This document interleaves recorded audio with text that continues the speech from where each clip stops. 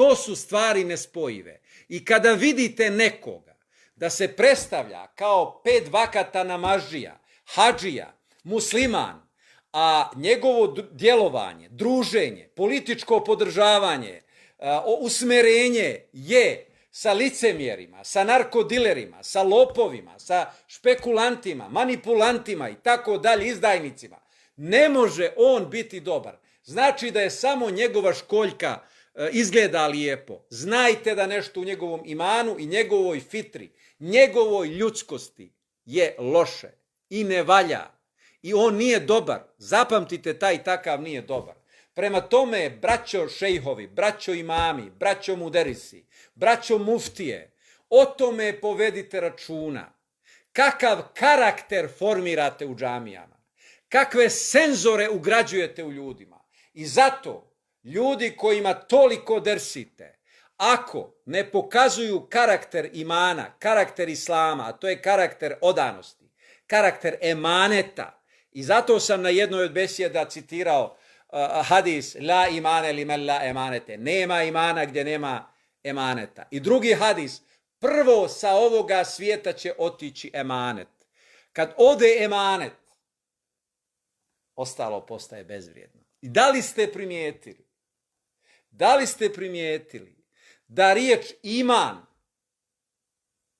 i riječ emanet i riječ emn su od istoga korijena, od ista 3 harfa. Elif, mim, nun. Emene. Dakle, od ta 3 harfa su iman, što znači srž vjere, vjera. Suštinska vjera, iman. Emn je mir i bezbjednost. Emn je bezbjednost na arapskom jeziku. Emanet, povjerenje i povjereno. Od istog su korijena.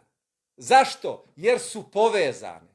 Hadis kaže nema imana gdje nema emaneta. Znači ne možeš biti vjernik ako si nepouzdan. A vidite koliko je danas nepouzdanih ljudi. Pa ga vidite i klanja i posti, ide na hadž. Ne možeš mu povjerovat ništa. Ne svi, hvala Bogu, ali postoje takvi i nije ih malo. Jedno ti priča u oči, drugo iza leđa. Zbog interesa ćete ne znam ti kako izdat, a imali smo i zvanične izdajnike iz islamske zajednice i tako dalje. Dakle, nema imana bez emaneta, ali isto tako nema ni emna, bezbjednosti, bez imana i emaneta. Zašto? Jer tamo gdje nema vjere, nema emaneta. Tamo gdje nema emaneta, nema vjere. Nema povjerenja, nema vjere. Tamo gdje nema povjerenja, nema bezbjednosti. Zašto? Jer ako ljudi kojima se ne može vjerovati će vam ugroziti emn, ugrozit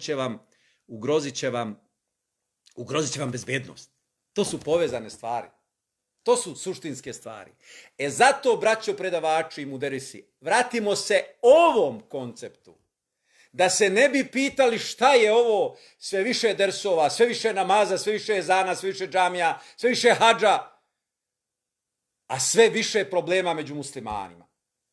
To je ovo. Previše forme, previše obreda koji liče na rituale, a sve manje suštine, dakle sve manje karaktera islama. Treba nam karakter. Na čvrstom karakteru sve što zidate vrijedi. Čak, kazat ću jednu stvar koja će vam zvučati veoma oštro. Mnogima se neće svidjeti. Vjerujte, braćo i sestre. Čovjek s karakterom, makar bio slab u vjeri, nekad će od njega nešto biti. Od njega će se nešto izgraditi. Kad tad čovjek s karakterom, a s karakterom znači čovjek od istine, čovjek od emaneta, to je čovjek s karakterom.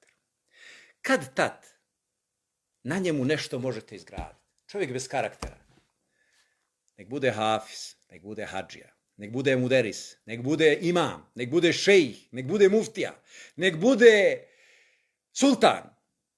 To će zaudarati cijelog života. Čak što više titula, više će da zaudara. Zapamtite to. Mi smo se kroz cjelokupnu povijest, a i ovu našu ovdje blisku, u to uvjerili.